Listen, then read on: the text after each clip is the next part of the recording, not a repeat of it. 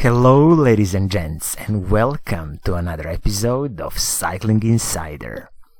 In this episode of Cycling Insider, let's talk about another interesting bike from Big T, from Big Trek for 2020.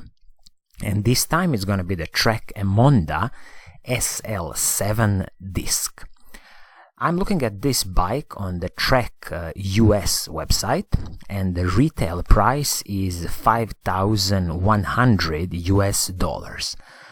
I gotta admit, it's definitely not a cheap bike. It is a bit of an eye-watering price for this bike, but as I always say, you should definitely talk with your local Trek bike dealer, and you should be able to negotiate the price. I'm expecting something 15 to 20% discount should be reasonable. So for 2020, Trek has put out some very interesting bikes and bike builds, and that's why I think they are pretty competitive this season compared to other bike brands and manufacturers. So let's kick off with the paint scheme of this Emonda SL7 Disc. Basically, you only got one color to choose from. Is the combination of matte black and gloss blue, but interestingly enough, I think it looks pretty kind of classy and nice. This blue and black combination is a classical combination on the bikes. I wish again they offered more color schemes on the bikes, but it is what it is.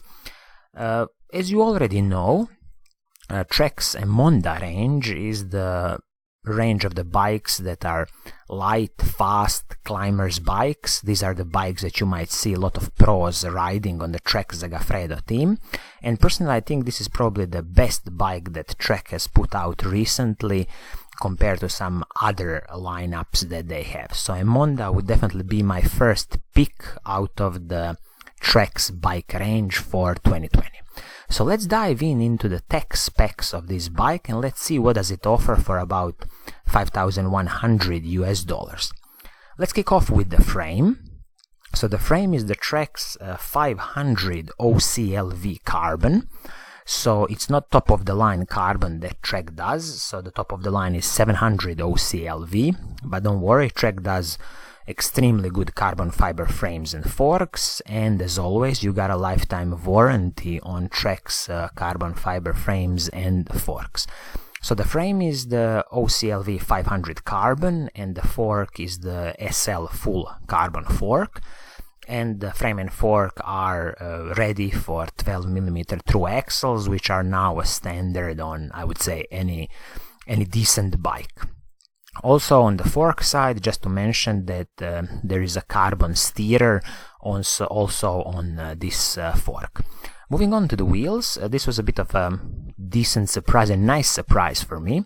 So Trek has included the Bontrager Aeolus Pro 3 wheels. This is the carbon fiber wheelset, OCLV carbon, tubeless ready wheelset, 35mm deep rim, and also 12mm through axles, of course, both front and back.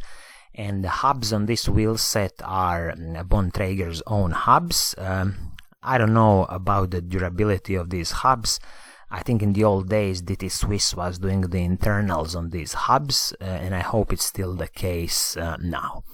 Tire is the Bontrager's own production, their R2 tire, which is a 25C width. I personally wish that they included a 28C tire, just because you're gonna get a bit more air volume in the tire, and you're gonna soak up more of the little bumps on the road. But I'm guessing since the whole Emonda range of bikes is their all-in racing bikes, they have included a 25C tire. But then again, changing tires is pretty easy once when you destroy this one. Moving on to the shifters and the front and rear mech. So here Trek has included the full Shimano Ultegra Di2 electronic group set, so 11-speed Shimano Ultegra Di2. So the shifters, front mech and rear mech are all Ultegra Di2.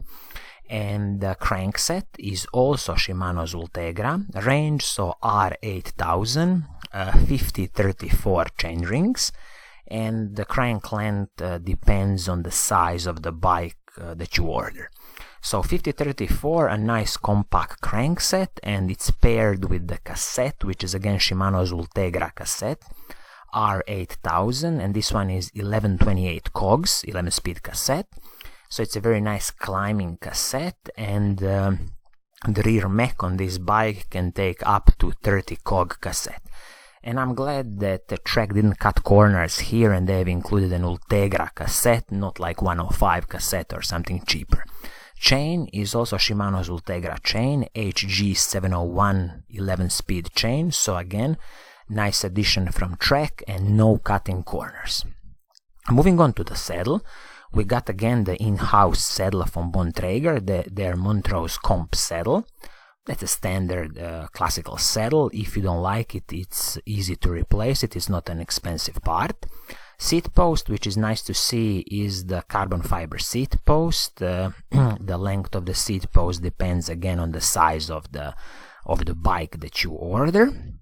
Moving on to the handlebars, we got again Bontrager Elite line of handlebars, which is an alloy handlebar. Again, the width of the handlebars depends on the size of the bike you order. And the stem again is the in-house production Bontrager Pro. It's also, I believe, an alloy stem. And again, the length depends on the size of the bike you order.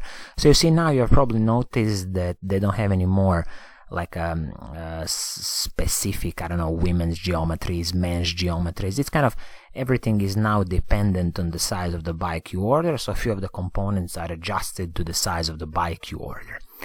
Total weight of this bike in size 56 is 7.6 kilograms, which is decent, nothing special. Just to give you a comparison, the professional bikes in the Grand Tours are 6.8 kilograms usually. So this is a decent bike weight. So all in all, when I look at the 2020 Trek Emonda SL7 Disc, I have to say the Trek has done a really good job with this bike. Price is a bit eye-watering, $5,100 US, but again, please do negotiate the price and get it down for approximately, I would say, 15 to 20%, and then you got yourself a really, really interesting bike. So just to make a little summary, so we got a Trek's carbon fiber OCLV 500 frame, and we got a carbon fiber fork with a carbon fiber steerer. We got the 12mm through axles, both wheels, which are also carbon fiber wheel set from Bontrager.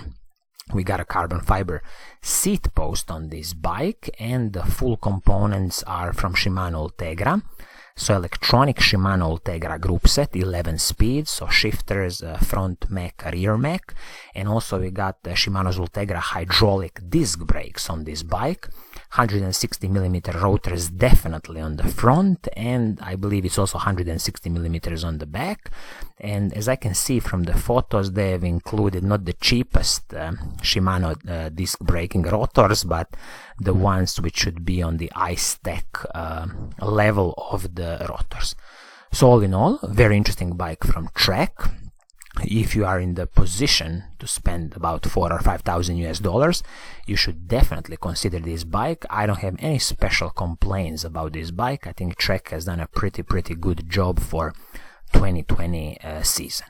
So I think this is gonna be it for today.